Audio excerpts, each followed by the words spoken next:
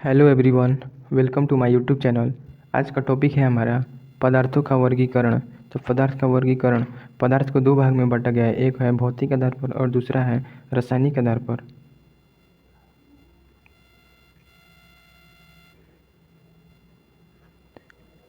भौतिक आधार पर पदार्थ को तीन भागों में बांटा गया है, ठोस, द्रव और गैस।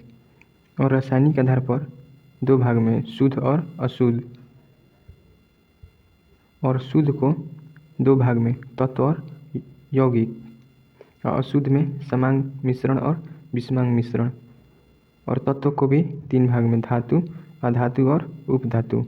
और यौगिक में कार्बनिक और अकार्बनिक।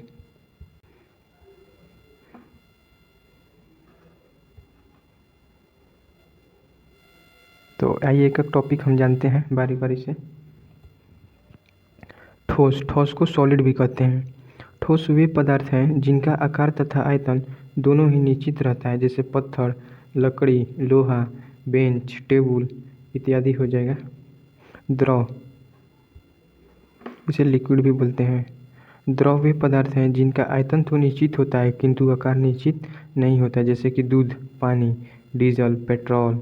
यानी कि तरल पदार्थ जितना भी होगा सब द्रव होगा।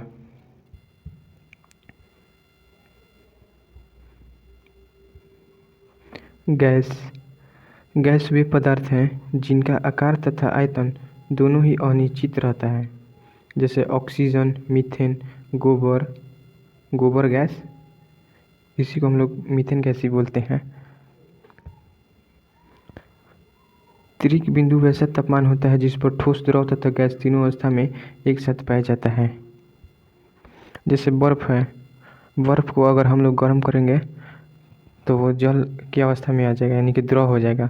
और द्रव को फिर हीट करेंगे यानी ताप देंगे तो वाष्प बन के यानी कि गैस वाष्पित हो जाएगा।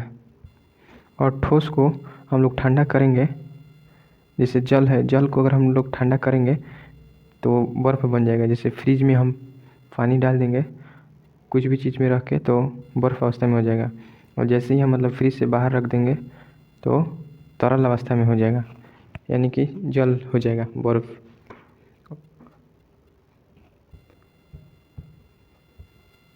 पदार्थों के तीनों अवस्थाओं का तुलनात्मक अध्ययन हम देखेंगे।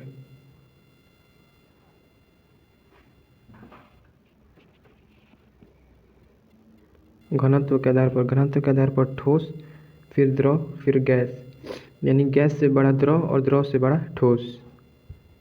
और आणविक आकर्षण बल में ठोस का आणविक आकर्षण बल ज़्यादा है द्रव से, और द्रव का आकर्षण बल गैस से ज़्यादा है। और प्रसार गैस, प्रसार में गैस द्रव से बड़ा है और द्रव ठोस से। विसरण में ठोस, ठोस से बड़ा द्रव, द्रव से बड़ा गैस। गतिज ऊर्जा में ठोस का गतिज ऊर्जा अधिक है, ठोस का कम है द्रव की अपेक्षा में, द्रव ज़्यादा है और द्रव से गैस का गतिज ऊर्जा अधिक है। जैसे कि ठोस अंतर आणविक स्थान में ठोस से बड़ा है द्रव और द्रव से बड़ा है गैस।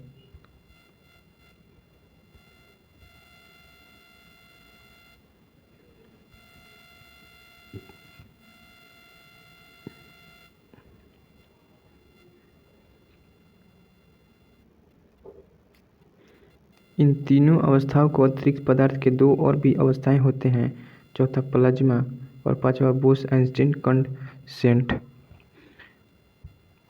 प्लाज्मा यह पदार्थ की चौथी अवस्था होती है। इसमें उच्च ताप पर परमाणु आयनित होकर गैसीय अवस्था में आ जाता है। इसमें कण अति ऊर्जावान तथा उज्ज्वलित होते हैं।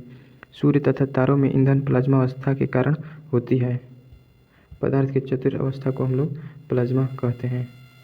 पांचवा अवस्था है बोस-आइंस्टीन कंडेंसेट, यह पदार्थ की पांचवी अवस्था है। ठोस, द्रव, गैस। और चौथा है प्लाज्मा, पांचवा है बोस-आइंस्टीन।